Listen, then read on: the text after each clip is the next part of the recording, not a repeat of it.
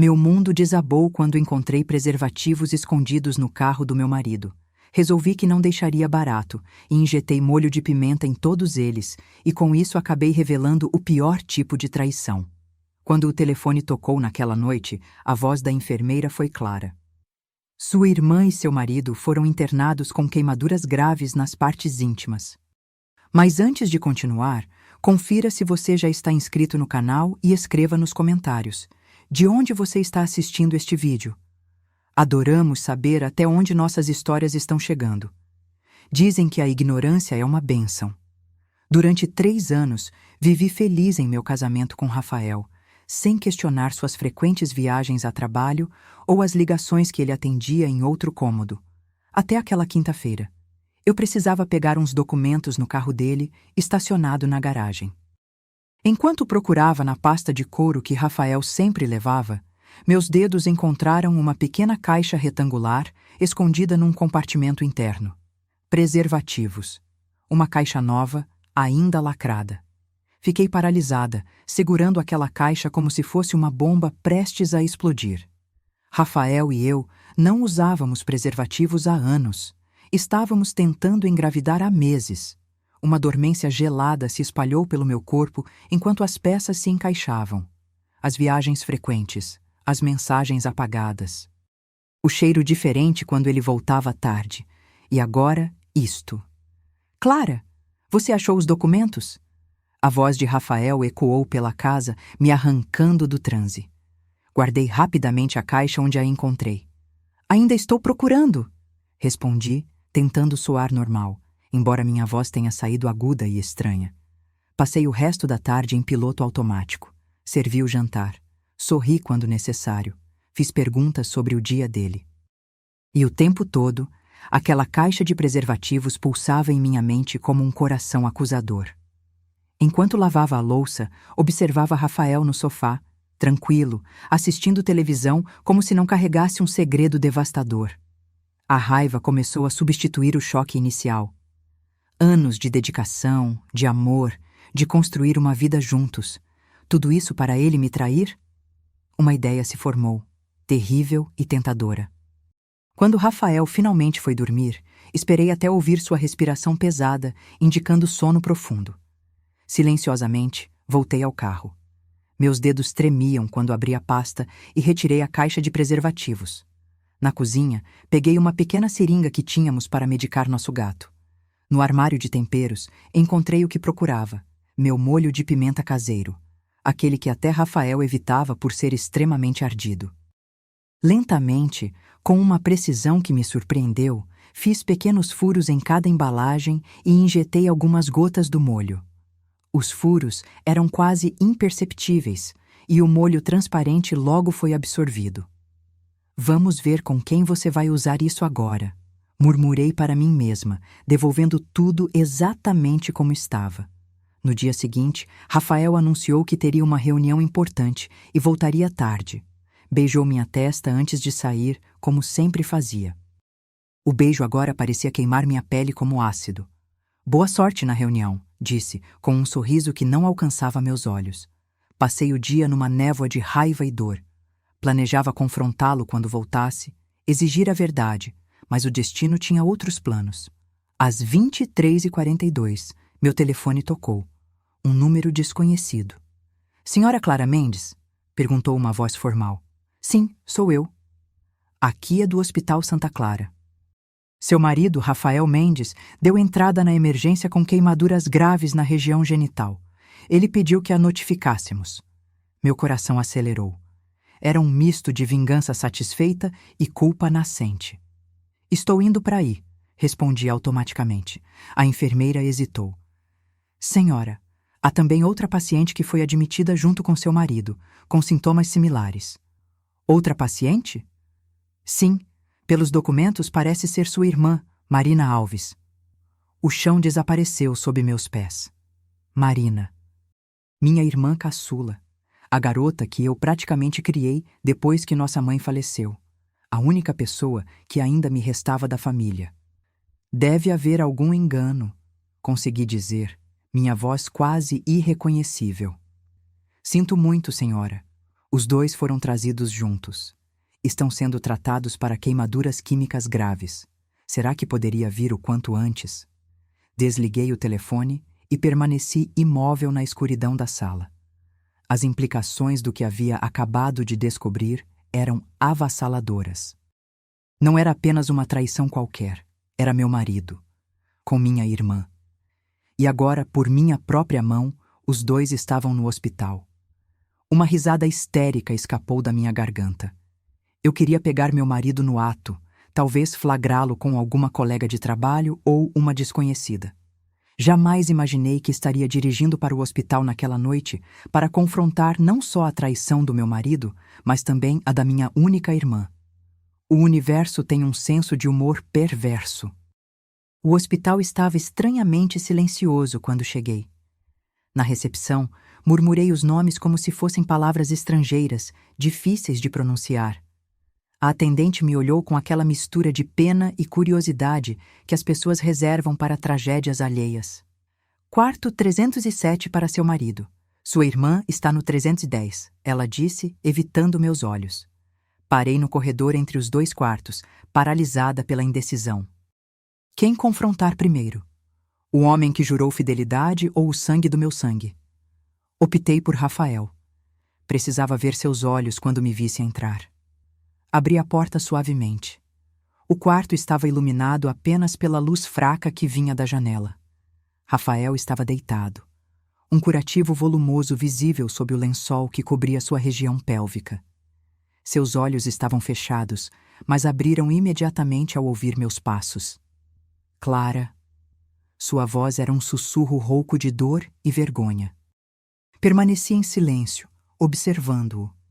Anos de casamento, planos de filhos, viagens, sonhos compartilhados, tudo isso agora parecia uma elaborada mentira. Posso explicar, ele começou, a frase mais clichê de todos os infiéis. Explicar o quê, Rafael? Por que você está em uma cama de hospital com queimaduras no pênis? Ou por que minha irmã está no quarto ao lado com problemas semelhantes? Ele empalideceu ainda mais, se é que isso era possível. Como você... O hospital me ligou. Aparentemente, vocês deram entrada juntos, bastante descuidados, não acha? Rafael tentou se sentar, gemendo de dor. Clara, não é bem assim. Não é bem assim, repeti, minha voz estranhamente calma. Então, me diga como é exatamente, Rafael. Foi só uma vez. Ele mentiu, como se isso amenizasse tudo. Estávamos bêbados. Foi um erro. Uma caixa nova de preservativos não combina com só uma vez, não acha? Seus olhos se arregalaram ao perceber que eu sabia sobre os preservativos. E então, algo mudou em seu olhar. Você... Ele começou, conectando os pontos. Foi você. Você fez algo com os preservativos. Não confirmei nem neguei. Apenas o encarei. Você sabe que posso denunciá-la por isso? É agressão, é crime. Uma risada sem humor escapou dos meus lábios.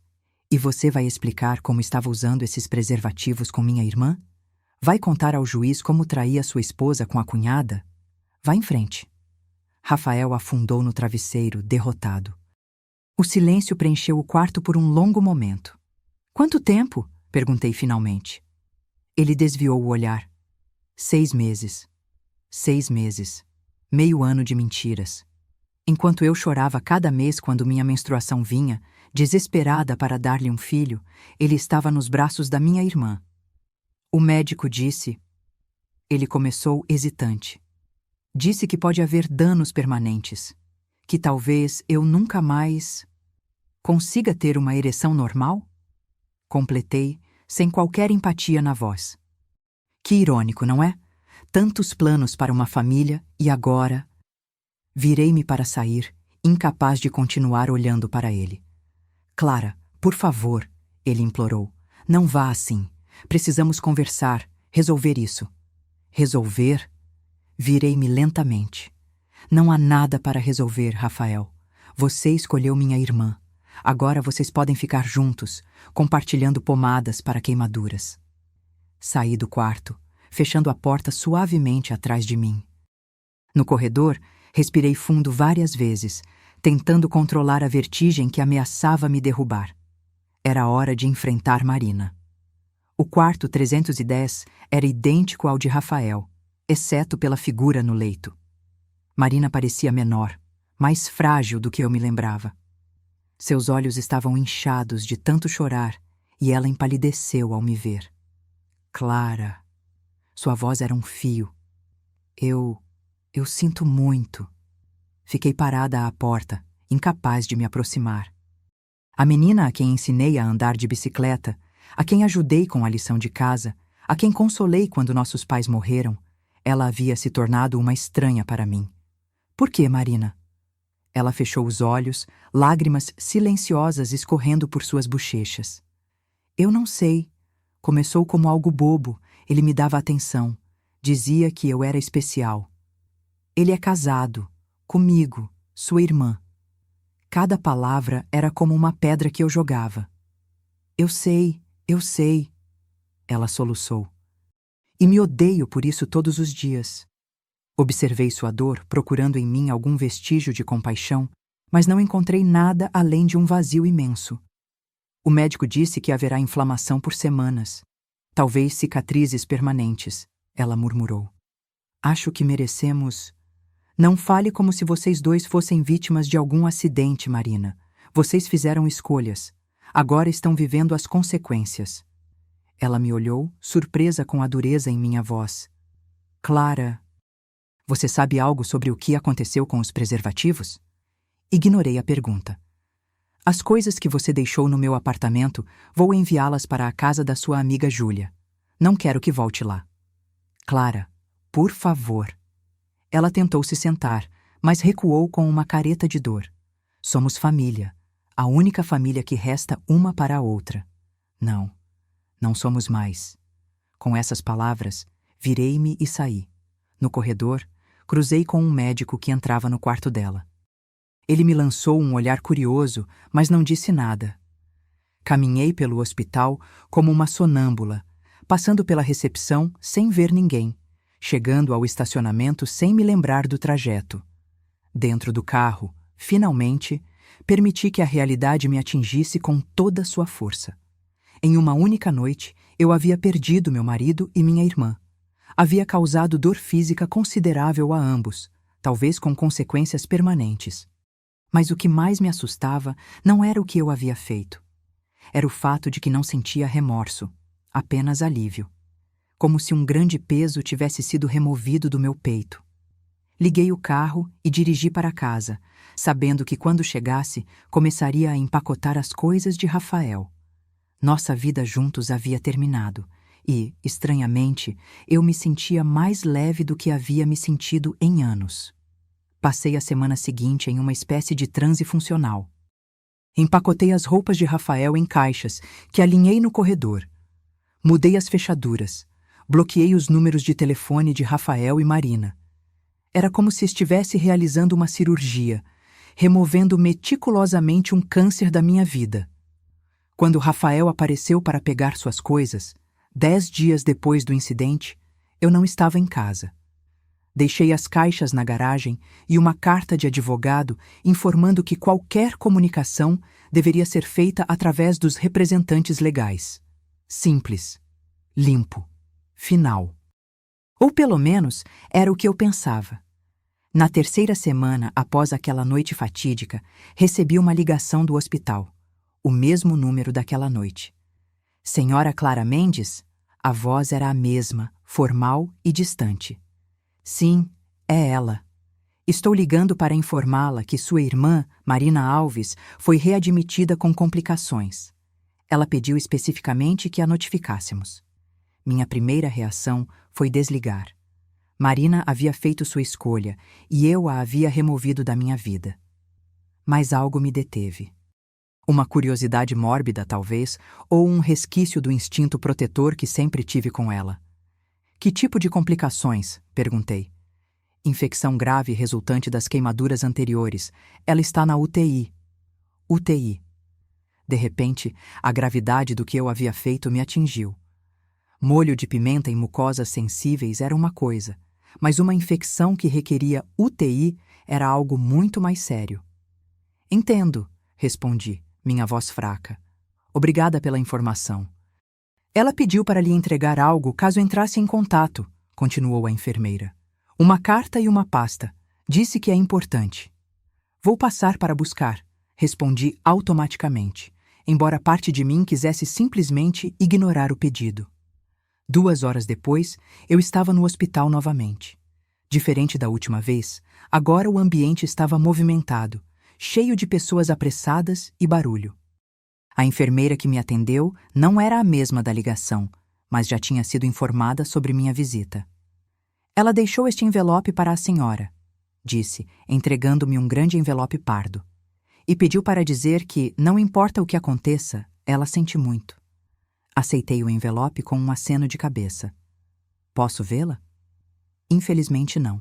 Ela está em isolamento devido à infecção. Apenas a equipe médica tem acesso. Agradeci e saí rapidamente, o envelope pesando em minhas mãos como chumbo. No estacionamento, sentada no carro, fiquei olhando para aquele envelope por longos minutos. O que Marina poderia querer me dizer que não havia dito naquela noite no hospital?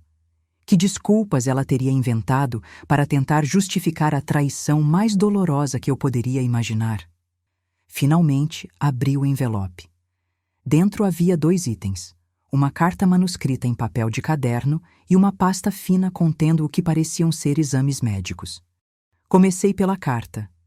Clara, se você está lendo isso, significa que teve a generosidade de ao menos receber o que deixei no hospital.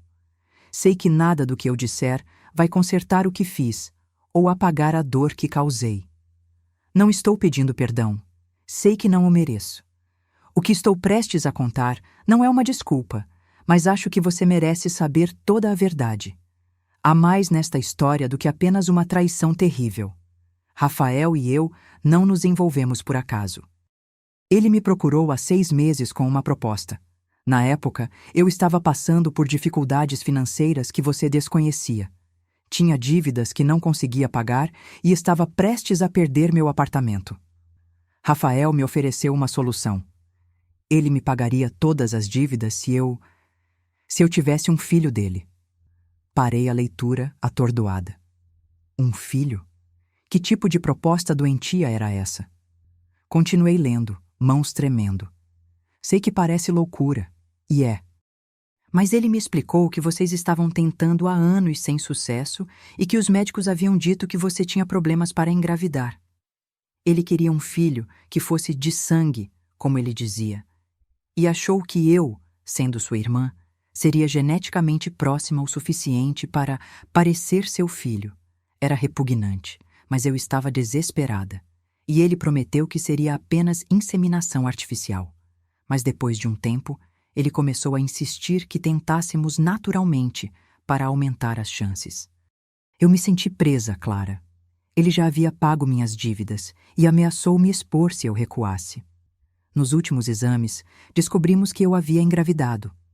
2 semanas antes daquela noite no hotel. Os exames na pasta confirmarão o que estou dizendo. Também há transferências bancárias que Rafael fez para mim. Sei que isso não muda o que fiz. Mas quero que saiba que não foi por desejo ou para te machucar. Foi por desespero e depois por medo. Se algo acontecer comigo por causa da infecção, quero que saiba que nunca deixei de te amar, mesmo tendo te traído da pior maneira possível. Marina. Deixei a carta cair no meu colo, atordoada. Peguei a pasta com mãos trêmulas e a abri. Como Marina havia dito, lá estavam os exames de gravidez, positivos, datados de 2 semanas antes do incidente no hotel, e extratos bancários mostrando transferências significativas de Rafael para Marina, começando há 6 meses. A última página era um ultrassom recente, mostrando um pequeno e embaçado ponto que seria meu sobrinho, ou sobrinha. Encostei a cabeça no volante, tentando processar tudo. Rafael não só havia me traído, como havia arquitetado um plano elaborado para ter um filho com minha irmã. Um filho que ele pretendia criar como se fosse nosso. A perversidade do plano era quase incompreensível. E Marina? Ela havia participado disso, vendido seu corpo e traído minha confiança por dinheiro. Mas também havia sido manipulada, pressionada e então ameaçada. O que eu sentia agora era muito mais complexo do que a raiva limpa que havia experimentado ao descobrir a traição. Era uma mistura nauseante de repulsa, pena, horror e, surpreendentemente, uma pontada de preocupação por minha irmã na UTI. E havia uma vida inocente agora envolvida. Um bebê que não pediu para nascer dessas circunstâncias tortuosas.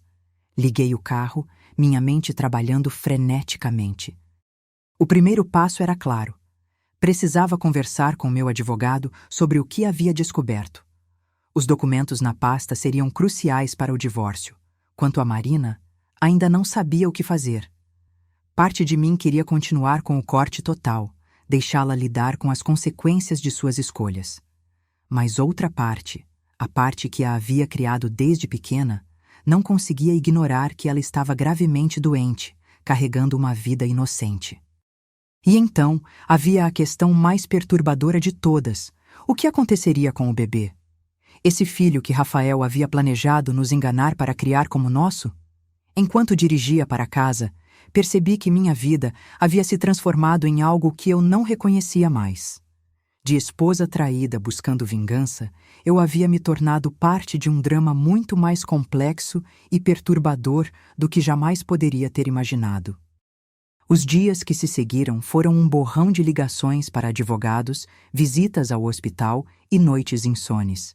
A infecção de Marina piorou antes de melhorar, colocando em risco tanto sua vida quanto a do bebê. Eu passava horas sentada no corredor da UTI, sem permissão para entrar, mas incapaz de simplesmente ir embora.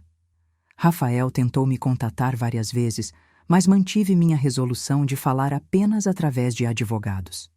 Quando finalmente recebeu os documentos do divórcio, junto com cópias das transferências bancárias e dos exames de gravidez, ele parou de tentar. 2 semanas depois, Marina foi transferida para um quarto normal. Foi a primeira vez que a vi desde que recebi sua carta. Ela estava irreconhecível.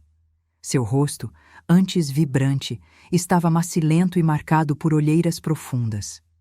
Havia perdido tanto peso que seus ossos se destacavam sob a pele pálida. Mas o mais evidente era sua barriga, já ligeiramente arredondada, apesar de estar apenas no início do 2º trimestre. "Você veio", ela murmurou, sua voz fraca.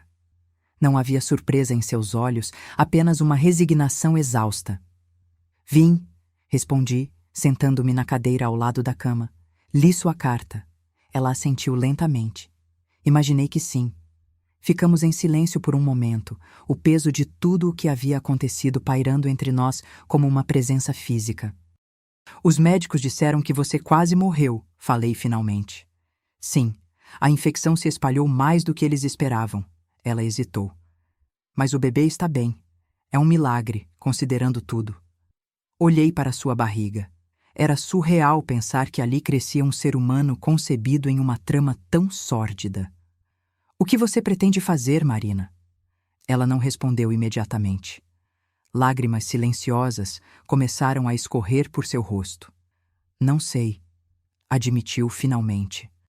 "Não tenho condições de criar uma criança sozinha, especialmente agora, que mal consigo me sustentar. Mas também não consigo..." Sua voz falhou. "Não consegue abortar", completei. Ela assentiu, enxugando as lágrimas. "Não posso. Já senti ele se mexer, Clara. É um serzinho real agora." Mais silêncio. Lá fora, a vida continuava. Enfermeiras passavam apressadas, máquinas apitavam, visitantes conversavam nos corredores. "Rafael sabe que você sobreviveu?" perguntei. "Sim. Ele veio me ver uma vez, logo que saí da UTI." "E o que ele disse sobre o bebê?" Marina desviou o olhar. "Que não quer nenhum envolvimento. Que foi um erro e que vai me dar dinheiro para resolver o problema." Uma onda de repulsa me invadiu. O homem que havia orquestrado toda essa situação, que havia insistido em ter um filho de sangue, agora queria que o problema fosse resolvido. "Ele é desprezível", falei, mais para mim mesma do que para ela.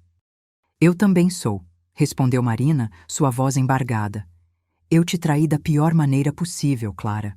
Se você nunca mais quiser me ver, vou entender. Olhei para minha irmã caçula, realmente olhei para ela. Para além da traição, para além da mágoa, vi a menina que segurava minha mão no funeral dos nossos pais. A adolescente que chorava em meu ombro quando levou o primeiro fora. A jovem insegura que sempre viveu à minha sombra, nunca realmente encontrando seu lugar no mundo. E agora, essa jovem carregava uma vida inocente, fruto de uma situação terrível, mas ainda assim, uma vida. O que você quer fazer, Marina? Perguntei, minha voz mais suave do que pretendia. Ela me olhou, surpresa com a pergunta. O que eu quero? Parecia que ninguém havia lhe perguntado isso antes.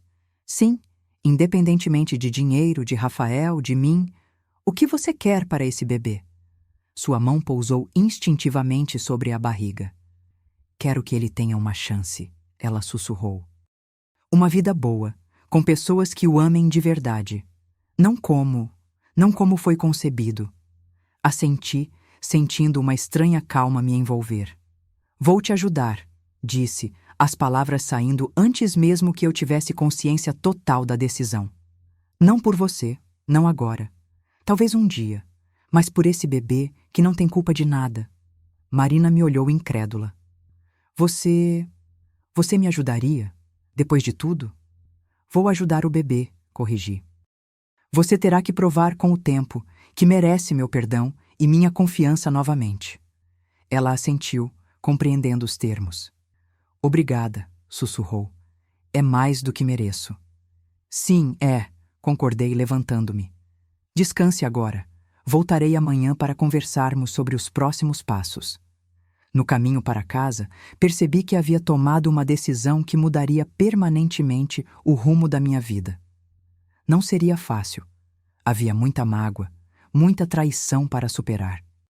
Mas também havia uma chance de redenção, não apenas para Marina, mas para mim também. Aquele bebê não havia pedido para nascer em circunstâncias tão complicadas. Ele merecia uma chance, assim como todos nós merecemos. Quando cheguei em casa, olhei para o apartamento vazio que antes compartilhava com Rafael. Já era hora de deixar esse lugar também, de recomeçar em outro ambiente. Um lugar sem memórias de traição, um lugar onde um novo capítulo pudesse ser escrito. Naquela noite, pela primeira vez em semanas, dormi sem sonhos perturbadores, embalada por uma estranha sensação de paz. A paz de quem finalmente enxerga um caminho a seguir, mesmo que seja um caminho difícil e incerto. O processo de divórcio avançava a passos lentos. Rafael contestava cada detalhe, cada divisão de bens, arrastando o que poderia ter sido resolvido rapidamente. Seu objetivo era claro: desgastar-me emocionalmente e financeiramente. Enquanto isso, Marina estava em repouso absoluto devido a complicações da gravidez. Aluguei um apartamento de 2 quartos em um bairro tranquilo, adaptando o segundo quarto para ela e, eventualmente, para o bebê. Foi durante esse período de relativa calma que a última bomba explodiu. Senhora Mendes? A voz ao telefone era desconhecida, feminina, com um leve sotaque que não consegui identificar. Sim, é ela. Meu nome é Vanessa Cardoso. Você não me conhece, mas precisamos conversar sobre Rafael Mendes. Meu coração acelerou. Quem é você exatamente? Bem, digamos que sou outra mulher na vida do seu marido. Uma de várias, receio. Marcamos de nos encontrar em um café no centro da cidade no dia seguinte. Cheguei cedo, escolhendo uma mesa discreta no fundo do estabelecimento. Vanessa chegou pontualmente. Era uma mulher atraente, cerca de 40 anos, vestida com elegância discreta. Não era nada do que eu havia imaginado. Obrigada por vir, disse ela sentando-se à minha frente. Confesso que estou curiosa, respondi. Pensei que conhecia toda a extensão das traições do meu marido. Vanessa sorriu sem humor. Rafael é metódico em suas mentiras. Conheci-o há 2 anos, em uma conferência de negócios. Ele se apresentou como viúvo. Viúvo, repeti, incrédula. Sim, Disse que sua esposa havia falecido em um acidente de carro há pouco tempo. Mostrou até fotos suas, dizendo que era você. Construiu toda uma história sobre como estava lutando para seguir em frente. A náusea subiu pela minha garganta. Rafael havia usado minha imagem, minha identidade, para conquistar outras mulheres. Nosso relacionamento durou quase 1 ano, continuou ela. Eu viajava muito a trabalho, o que facilitava para ele manter a farsa. Eventualmente, descobri a verdade quando o vi com você em um restaurante. Confrontei-o, e ele confessou parcialmente, dizendo que vocês estavam separados, mas mantinham as aparências. E você acreditou nisso? Por um tempo, ela admitiu, parecendo envergonhada. Até que conheci Elisa. Elisa? Outra namorada de Rafael. Ela também achava que ele era viúvo, mas com uma história diferente. Na versão dela, a esposa havia morrido de câncer. Fiquei em silêncio, processando a magnitude da duplicidade de Rafael. Não era apenas um caso, ou 2. Era um padrão elaborado de mentiras e manipulação. Quando Elisa e eu comparamos nossas histórias, percebemos que estávamos sendo enganadas, continuou Vanessa. Começamos a investigar e encontramos mais 3 mulheres na mesma situação. 5 mulheres ao mesmo tempo? Minha voz saiu estrangulada. Pelo menos. Todas com histórias diferentes sobre seu status conjugal, todas cuidadosamente mantidas em cidades diferentes ou com rotinas que não se cruzavam. Vanessa abriu a bolsa e tirou uma pasta. Aqui está tudo o que descobrimos. Mensagens, fotos, datas, registros de hotéis. Achei que você deveria ter isso para o divórcio. Peguei a pasta com mãos trêmulas. Por que está me ajudando? Seus olhos se suavizaram. Porque todas nós fomos vítimas, Clara. E porque... Ela hesitou. Porque há outra coisa que você precisa saber. O que mais poderia haver? Rafael não estava apenas nos enganando emocionalmente. Ele estava nos roubando. Ela indicou a pasta. Há registros de transferências bancárias que fizemos para investimentos que ele sugeria. Dinheiro que nunca mais vimos. Minha mente voltou para as transferências que ele havia feito para Marina. De onde vinha aquele dinheiro? Certamente não de nossa conta conjunta, que eu monitorava regularmente. Seria possível que ele estivesse... Quanto? Perguntei, minha voz quase um sussurro. No meu caso, quase 200 mil. Entre todas nós, mais de 1 milhão. 1 milhão de reais. A enormidade do golpe me deixou sem fôlego. Rafael não era apenas um traidor em série, era um estelionatário. Estamos considerando apresentar uma denúncia formal à polícia, disse Vanessa. Mas queríamos falar com você primeiro. Afinal, você é legalmente casada com ele. Eu preciso processar tudo isso. Segurei a pasta contra o peito como um escudo. Vocês têm meu apoio, seja qual for a decisão. Depois que Vanessa saiu, permaneci sentada por mais 1 hora, folheando os documentos. Mensagens românticas idênticas enviadas a diferentes mulheres, às vezes no mesmo dia. Fotos dele com cada uma, sempre com o cuidado de não criar registros que pudessem ser facilmente descobertos. E o mais perturbador, registros financeiros, mostrando um esquema complexo para esconder o dinheiro extraído das amantes. Quando finalmente cheguei em casa, Marina estava na sala, seu rosto pálido contrastando com a escuridão crescente do crepúsculo. Não havíamos acendido as luzes. Aconteceu algo, ela disse. Não era uma pergunta. Coloquei a pasta na mesa de centro. Rafael estava enganando mais 3 mulheres além de nós 2. Marina não pareceu surpresa, apenas cansada. E roubando delas, acrescentou.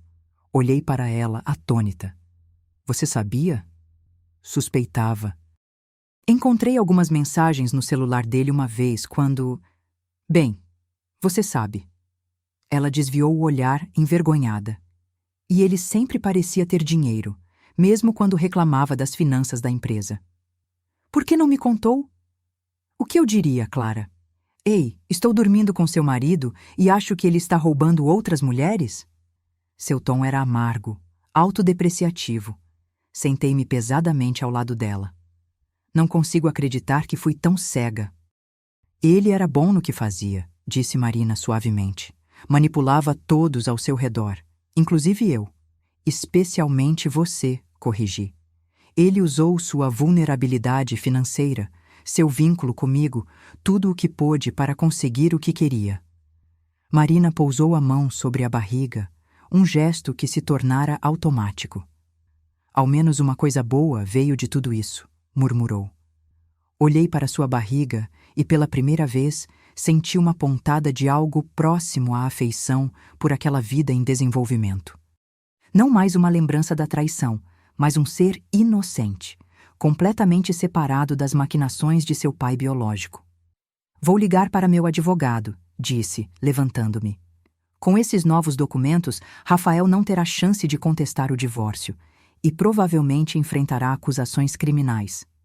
O que acontecerá com a gente? Perguntou Marina, sua voz pequena. Com o bebê? Viveremos um dia de cada vez, respondi, surpreendendo-me com a firmeza em minha voz. Juntas.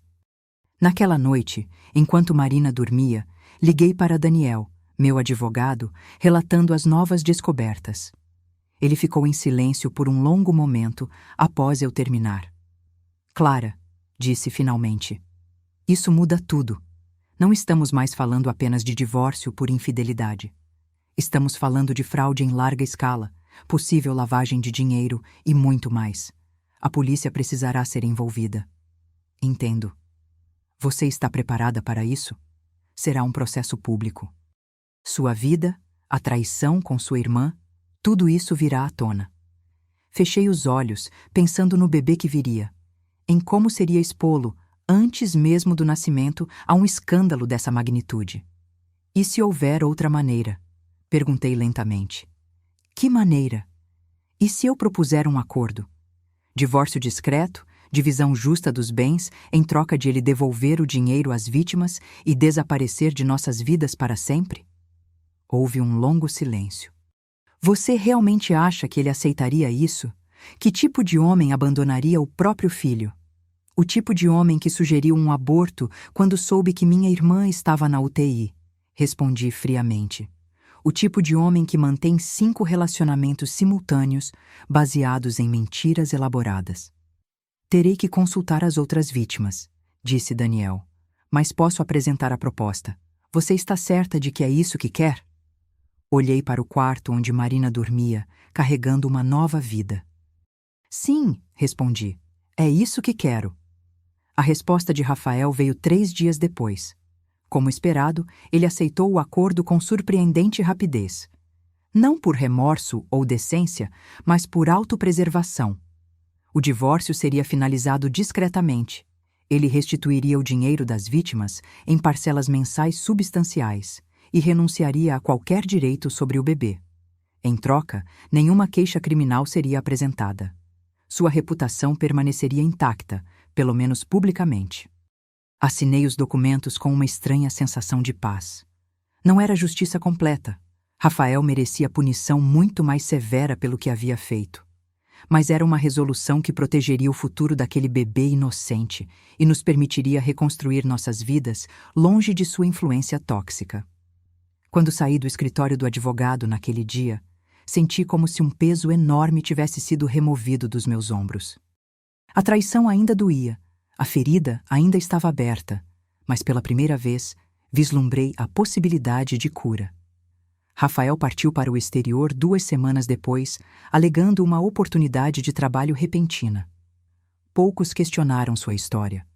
Para o mundo exterior, éramos apenas mais um casal que não deu certo, separando-se amigavelmente. Apenas eu, Marina e algumas outras mulheres enganadas conhecíamos a verdadeira extensão de sua duplicidade.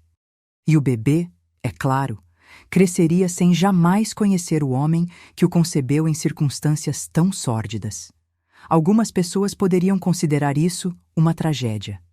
Eu via como uma bênção. A barriga de Marina cresceu, marcando a passagem dos meses como um relógio biológico. O outono cedeu ao inverno, e com ele vieram novas rotinas. Eu trabalhava remotamente como tradutora, permitindo-me ficar em casa para apoiar minha irmã, cujo estado de saúde permanecia delicado após a infecção. Nossa relação estava longe de ser completamente curada. Havia momentos de tensão, silêncios pesados e lembranças dolorosas que surgiam nos momentos mais inesperados. Mas havia também algo novo surgindo entre nós. Um vínculo baseado não apenas no sangue compartilhado, mas na determinação mútua de construir algo positivo a partir de tanta destruição. Em uma tarde particularmente fria de julho, estávamos sentadas na sala, Marina tricotando um casaquinho minúsculo enquanto eu trabalhava em uma tradução. Já pensou em nomes? Perguntei, quebrando um longo silêncio. Ela parou de tricotar, parecendo surpresa com a pergunta. Pensei em alguns, admitiu. Se for menina, gostaria de chamar de Laura. Era o nome da nossa avó. E se for menino? Miguel. Ela hesitou. Como o pai. Nosso pai. Um homem gentil e quieto que havia morrido cedo demais, deixando-me, aos 19 anos, responsável por uma irmã de 12. São belos nomes, respondi, voltando à minha tradução, tentando ignorar a onda de emoção que me invadiu. Marina colocou o tricô de lado. Clara, você algum dia vai me perdoar completamente? A pergunta pairou no ar entre nós. Não era a primeira vez que ela a fazia, mas era a primeira vez que me sentia pronta para respondê-la honestamente. Já perdoei, Marina. Mas esquecer é diferente de perdoar. Fechei meu laptop. Talvez nunca esqueça completamente, mas estou escolhendo seguir em frente, dia após dia. Ela assentiu, absorvendo minhas palavras. É justo. E você? Perguntei. Você se perdoou? Seu olhar se voltou para a janela, para o céu cinzento de inverno. Ainda não, mas estou tentando, por ele. Ela acariciou a barriga. Foi naquela noite que as contrações começaram, 2 semanas antes do previsto. O trajeto para o hospital foi um borrão de ansiedade e adrenalina. Marina ofegava no banco traseiro do táxi, enquanto eu segurava sua mão, murmurando palavras de encorajamento que soavam vazias mesmo para mim. A equipe médica nos recebeu na emergência, rapidamente verificando os sinais vitais de Marina. Dilatação de 4 centímetros, anunciou a obstetra após o exame. Ainda temos tempo, mas o trabalho de parto está definitivamente em andamento. Marina foi transferida para um quarto de pré-parto. As horas se arrastaram, marcadas pelo ritmo crescente das contrações. Eu permaneci ao seu lado, oferecendo gelo, massageando suas costas, sendo o apoio que ela precisava. Tenho medo, confessou ela durante uma pausa entre contrações particularmente intensas. É normal, respondi, enxugando sua testa suada. Mas você não está sozinha. Suas pupilas se dilataram com a próxima onda de dor. E se eu não for uma boa mãe? E se eu estragar tudo como estraguei nossa relação? A vulnerabilidade em sua voz me pegou desprevenida. Por um momento, não vi a mulher que havia traído minha confiança da pior maneira possível. Vi apenas minha irmã caçula, assustada e incerta. Você vai cometer erros, respondi honestamente. Todos os pais cometem, mas você aprenderá com eles, e eu estarei aqui para ajudar. Por quê? Ela perguntou entre respirações ofegantes. Por que você está fazendo tudo isso por mim, depois do que eu fiz? Não estou fazendo isso só por você, respondi segurando sua mão. Estou fazendo pelo bebê, por mim, pela família que ainda podemos ser. Ela apertou minha mão com força surpreendente quando outra contração a atingiu. Obrigada, sussurrou quando a dor diminuiu momentaneamente. Quando chegou a hora de ir para a sala de parto, Marina me olhou com olhos arregalados de pânico. Não me deixe sozinha, implorou. Nunca, prometi, e segui a maca pelos corredores brilhantemente iluminados. O parto em si foi uma experiência quase transcendental. Ver Marina, que eu havia praticamente criado, trazendo uma nova vida ao mundo, criou uma estranha sensação de continuidade, como se estivéssemos tecendo juntas um novo fio na complexa tapeçaria de nossa família. Quando o choro agudo e indignado do bebê finalmente preencheu a sala, algo dentro de mim se transformou irreversivelmente. A enfermeira o ergueu. Um menino, pequeno mas saudável, com uma quantidade surpreendente de cabelos escuros. Miguel, murmurou Marina, exausta mas radiante, quando o colocaram em seus braços. Olhei para aquela criaturinha vermelha e enrugada, tão completamente inocente e nova. Era difícil acreditar que algo tão puro pudesse surgir de circunstâncias tão turbulentas. Quando Marina o ergueu ligeiramente em minha direção, não hesitei em pegá-lo. Olá, Miguel, sussurrei, sentindo seu peso quase imperceptível em meus braços. Bem-vindo ao mundo. Seus olhinhos se abriram brevemente, ainda incapazes de focalizar, mas por um instante pareceu que ele olhava diretamente para mim. Senti uma onda de amor tão intensa que quase perdi o equilíbrio. Naquele momento, entendi completamente o que havia me levado a permanecer, a ajudar, a reconstruir. Não era apenas dever familiar ou uma generosidade abstrata. Era isso, este pequeno ser humano que agora fazia parte da minha vida. Devolvendo-o gentilmente para os braços de Marina, percebi que estávamos ambas chorando. Lágrimas de alívio, de esperança, de um novo começo. Ele é perfeito, disse ela, sua voz embargada. Sim, concordei. Ele é. Miguel nasceu em uma noite fria de julho, trazendo consigo uma promessa de recomeço. Não apagou o passado, não eliminou completamente a dor da traição. Mas ofereceu algo que eu não esperava encontrar novamente tão cedo: a possibilidade de olhar para o futuro com esperança, em vez de amargura. Enquanto observava Marina amamentando o filho, uma calma profunda se instalou em meu peito. Tínhamos um longo caminho pela frente. A confiança precisaria ser reconstruída tijolo por tijolo. Haveria dias difíceis, lembranças dolorosas, desafios que não podíamos prever. Mas tínhamos também este pequeno milagre, esta nova vida, e a chance de sermos a família que ele merecia. E isso, por enquanto, era mais que suficiente. Miguel completou 1 ano ontem. Organizamos uma pequena festa em nosso jardim. Apenas nós, alguns amigos próximos e vizinhos.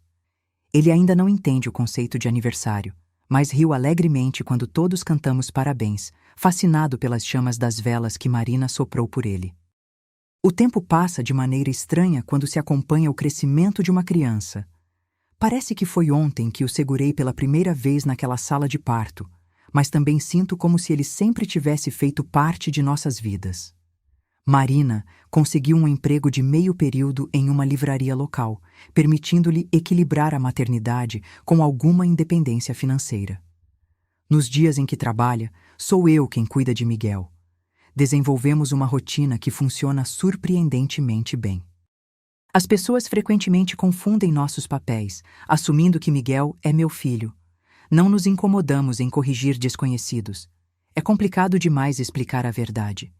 Para aqueles que fazem parte de nossas vidas, a história é conhecida em versões editadas, adaptadas à proximidade de cada relacionamento. Quanto a Rafael, não tivemos notícias diretas dele desde o divórcio. Sei, através de Daniel, que ele tem cumprido o acordo financeiro, enviando regularmente o dinheiro às mulheres que enganou. O que ele não sabe é que parte desse dinheiro está sendo depositada em uma conta poupança em nome de Miguel, para sua educação futura. Algumas vezes, quando olho para Miguel, procuro traços de Rafael em seu rosto. É inevitável, suponho, mas cada dia que passa, vejo menos do homem que nos traiu e mais da pessoa única que Miguel está se tornando. Seus sorrisos, suas caretas de concentração quando tenta empilhar blocos, a maneira como seus olhos se iluminam quando Marina ou eu entramos no quarto. Nada disso tem qualquer relação com Rafael. Hoje, enquanto arrumava o jardim após a festa, encontrei Marina sentada no balanço, observando o pôr do sol enquanto Miguel dormia em seus braços. No que está pensando? Perguntei, sentando-me ao lado dela. Em como tudo mudou, respondeu ela, sua voz suave para não acordar o bebê. Se alguém me dissesse há 2 anos que estaríamos aqui assim, eu teria achado impossível. Observei o perfil de minha irmã contra a luz dourada do entardecer. Ela havia mudado, não apenas fisicamente, mas em algo mais profundo. Havia uma maturidade em seus olhos que não existia antes, uma força nascida da adversidade. Você se arrepende? Perguntei. Ela entendeu imediatamente o que eu queria dizer. Não estava perguntando se ela se arrependia da traição. Sabíamos que sim. Estava perguntando se ela se arrependia de ter mantido a gravidez, de ter trazido Miguel ao mundo nas circunstâncias em que o fez. Ela olhou para o filho adormecido em seus braços. Nem por um segundo, respondeu. Ele é a melhor coisa que já fiz, mesmo tendo vindo do pior erro que já cometi. Ficamos em silêncio por alguns minutos, apenas o som do balanço rangendo suavemente e os pássaros se recolhendo para a noite. E você? Perguntou Marina finalmente. Você se arrepende de ter ficado, de ter ajudado?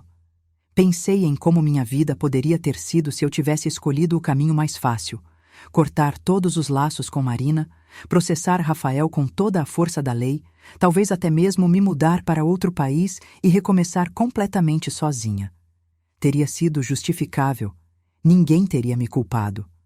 Não, respondi honestamente. Não me arrependo. Miguel se mexeu nos braços de Marina, seus olhinhos se abrindo brevemente antes de voltarem a fechar. O que aconteceu foi terrível, continuei. A dor foi real. Ainda dói às vezes. Mas se tudo aquilo não tivesse acontecido, Miguel não existiria. E não consigo imaginar um mundo sem ele agora. Marina assentiu, entendendo. Acho que é isso que significa perdoar, realmente. Não é esquecer o passado ou fingir que não aconteceu. É reconhecer a dor, mas escolher seguir em frente mesmo assim. Algo assim, concordei. Voltamos nossa atenção para o céu, agora pintado em tons de púrpura e laranja. O ar estava fresco, com promessa de uma noite agradável. Clara, disse Marina suavemente. Obrigada. Por tudo. Somos família, respondi simplesmente. E era verdade, embora o significado de família tivesse se transformado completamente para nós nos últimos 2 anos. Não era mais apenas uma questão de sangue compartilhado ou obrigações. Era uma escolha consciente, diária, de permanecer, de construir algo novo a partir das cinzas do que havia sido destruído. Miguel agora era o centro desse novo arranjo, o ponto ao redor do qual nossas vidas orbitavam. Não apagava o passado, mas oferecia um futuro que nenhuma de nós poderia ter imaginado. Quando a noite finalmente caiu, entramos em casa, Marina levando Miguel para seu berço, enquanto eu preparava um chá para nós. A casa estava tranquila, aconchegante na sua familiaridade. Não era perfeita. Ainda havia momentos difíceis, conversas desconfortáveis, lembranças que surgiam nos momentos mais inesperados. Mas era nossa. Este pequeno mundo que tínhamos construído, um dia de cada vez, escolhendo esperança em vez de amargura, perdão em vez de ressentimento, amor em vez de ódio. E isso, descobri, era uma forma de vitória muito mais doce do que qualquer vingança poderia ter sido. Porque, no final das contas, a melhor vingança não foi o que fiz com aqueles preservativos naquela noite desesperada. Não foi ver Rafael exposto ou punido.